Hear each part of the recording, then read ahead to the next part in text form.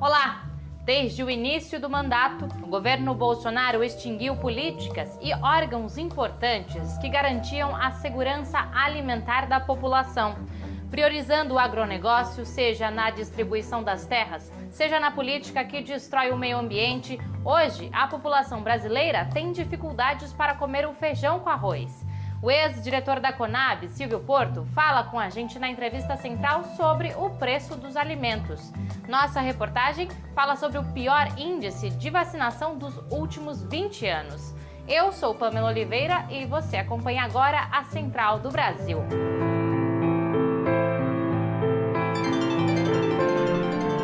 Central do Brasil.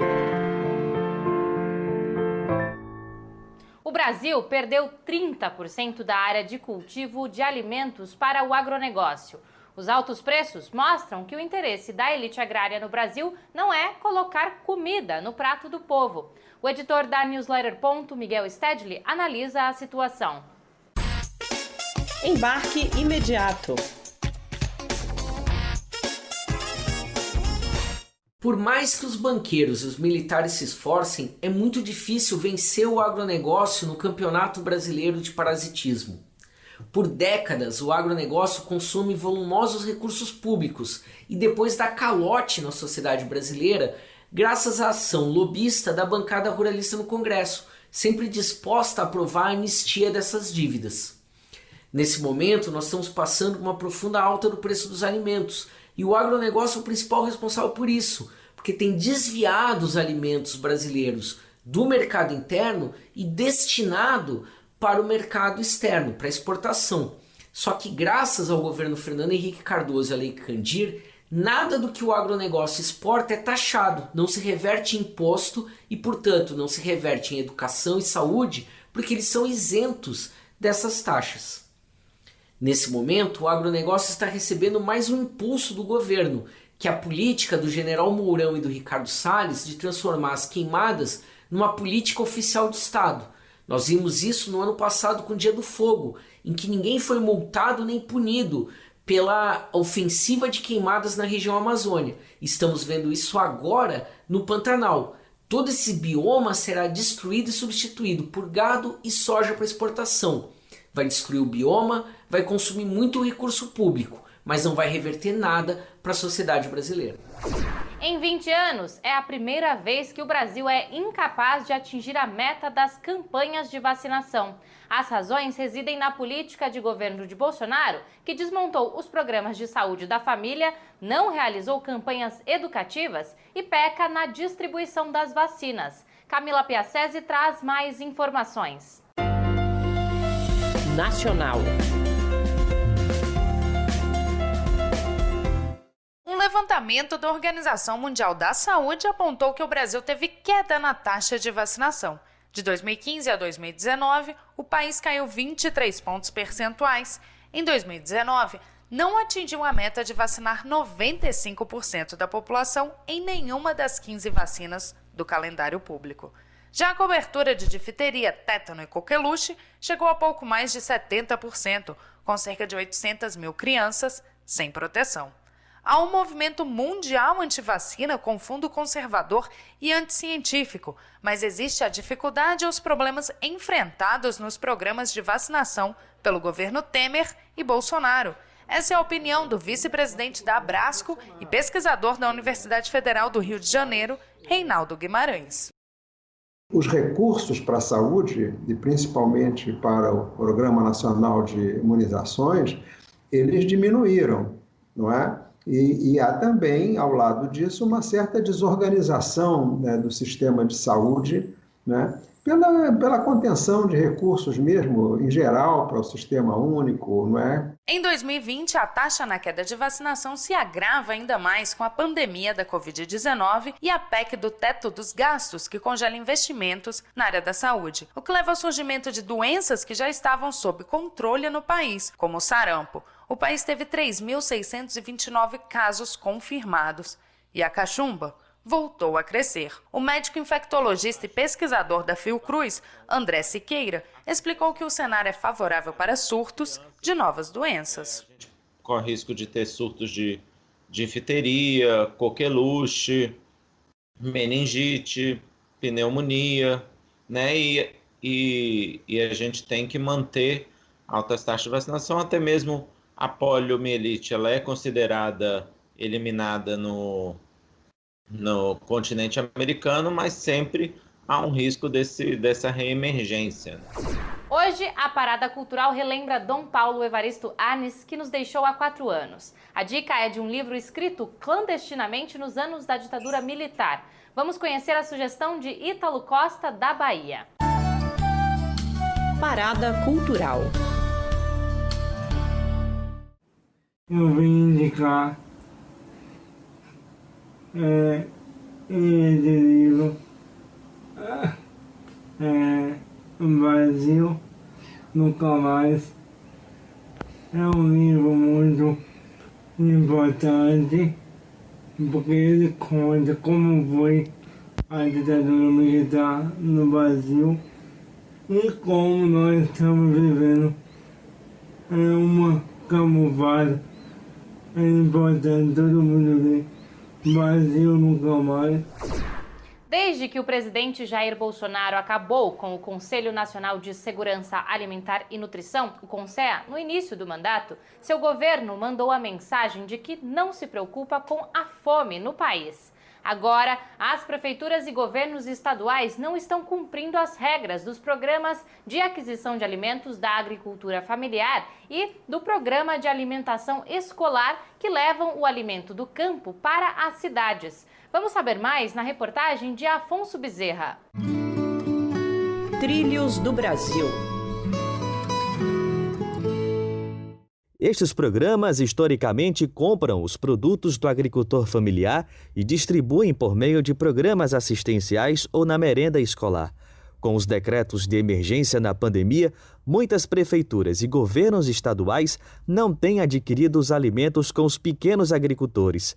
Segundo Juliano de Sá, presidente do CONSEA do Rio Grande do Sul, o governo gaúcho comprou 200 mil cestas no valor de 24 milhões de reais, sem licitação e sem ser da agricultura familiar. Essa compra, ela acabou beneficiando apenas um grupo econômico, né, que provavelmente deve pertencer a um grupo multinacional.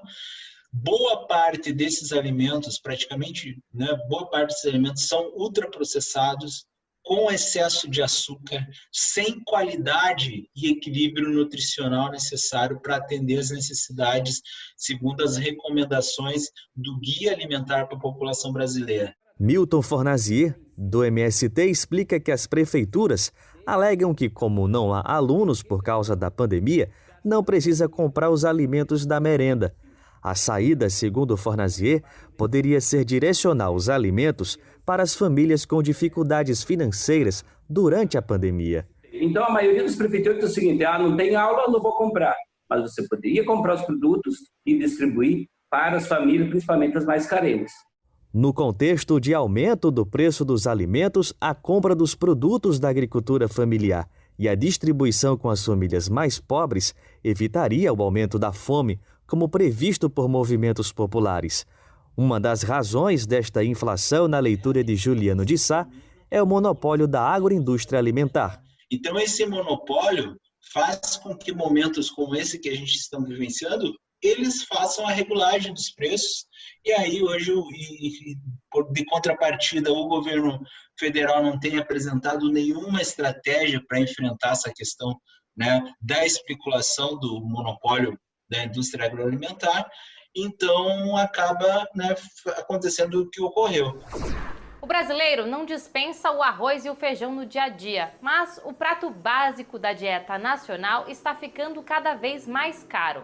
Uma das razões é que estes grãos perderam espaço no cultivo para a soja, que tem como prioridade a exportação. Na entrevista central, Jonatas Campos conversa sobre a destruição das políticas de segurança alimentar com o ex-diretor da Companhia Nacional de Abastecimento, Silvio Porto. Entrevista Central. Hoje a Entrevista Central conversa com Silvio Porto. Ele é professor da Universidade Federal do Recôncavo da Bahia e ex-diretor da Companhia Nacional de Abastecimento, a CONAB. Vamos falar sobre o aumento do preço dos alimentos. Professor, agradecemos sua participação. Como o governo pode, digamos, eu não quero dizer controlar, mas como o governo pode intervir de uma maneira que a população não sofra com um aumento repentino e, ao que me parece, artificial dos alimentos?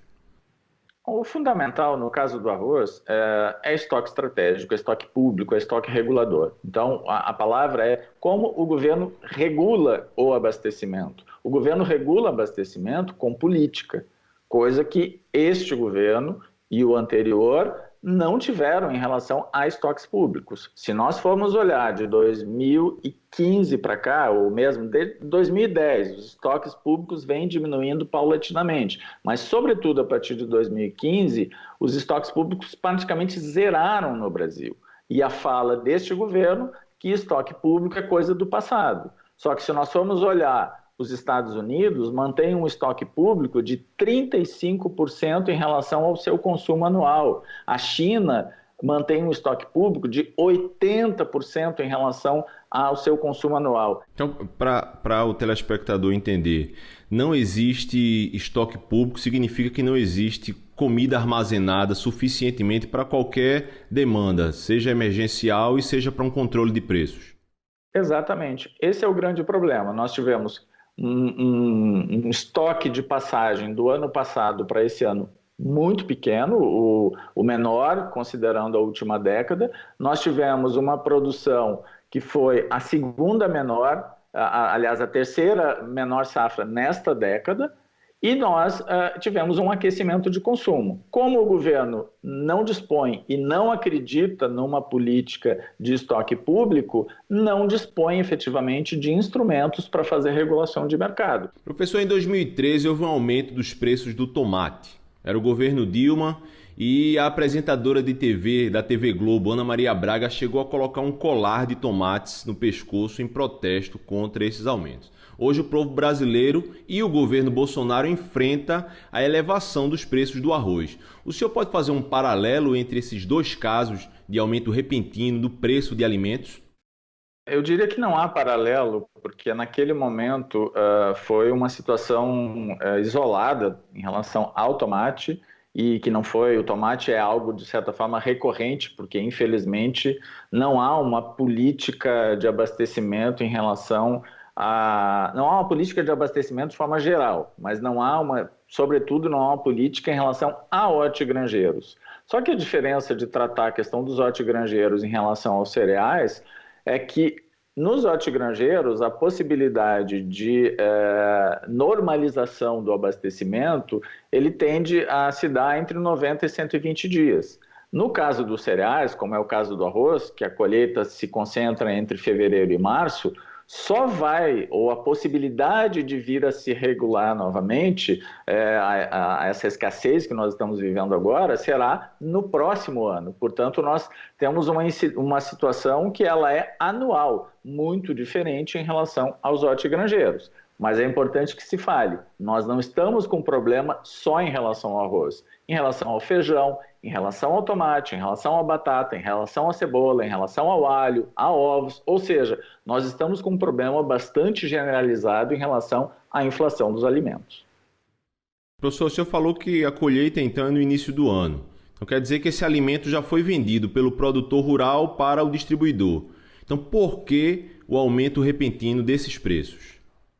Na verdade, o grande problema se dá em função da baixa disponibilidade no mercado interno. Nós tivemos uma safra muito pequena no ano passado, que foi uma safra no patamar dos anos 90, um pouco mais de 10 milhões de toneladas. Nós tivemos uma safra superior à do ano passado, mas ainda muito pequena para regular essa oferta. E nós temos um problema adicional que, neste ano, em função do dólar, houve uma saída de mais de 1 milhão de toneladas de arroz do que foi colhido entre fevereiro e março, já foi embora, não está mais no Brasil. A Central do Brasil está terminando. No QR Code que aparece aí na sua tela, você encontra todos os nossos conteúdos e as nossas redes sociais. E você também pode enviar mensagem para o nosso WhatsApp.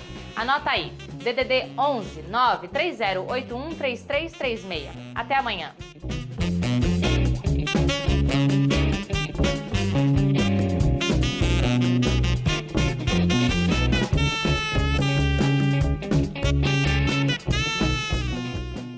Central do Brasil, a rede de comunicação dos movimentos populares.